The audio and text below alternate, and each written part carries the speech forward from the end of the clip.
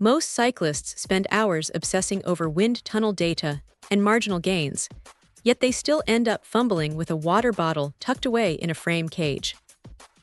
That is where the Speedfil A2 tries to change the narrative. It sits right between the Aero bars, keeping hydration within reach without forcing the rider to break their tuck. When you first pick this thing up, it feels surprisingly light, mostly because it is essentially a specialized plastic housing designed to hold a standard bottle. It is not trying to reinvent the wheel, just make it more aerodynamic. The real trick here is the Zero Splash technology. Anyone who has used a traditional straw-based system knows the frustration of hitting a bump and watching a fountain of sports drink spray all over the handlebars. This design actually keeps things contained, which is a massive relief if you have ever had to deal with sticky, sugar-coated shifters after a long ride. The refill port is another smart touch. It is wide enough that you are not playing a high-stakes game of target practice while trying to pour in a fresh mix at 20 miles per hour. Now here is the thing about the mounting system. It is versatile, sure, but getting it dialed in perfectly can take a bit of patience.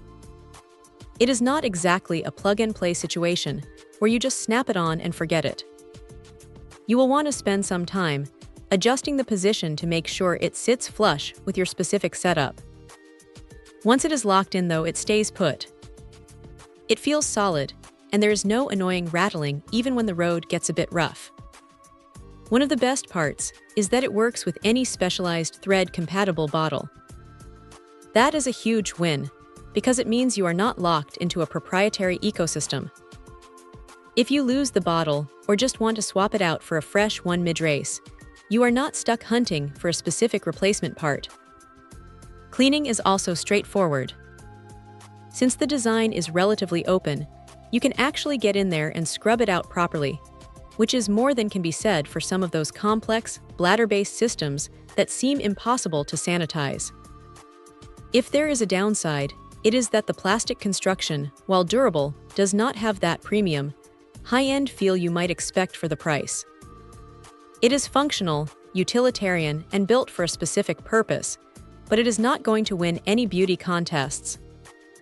Also, because it is a between-the-arms setup, it does take up that space where some riders like to mount their bike computers. You might have to get creative with your cockpit layout to make everything fit comfortably.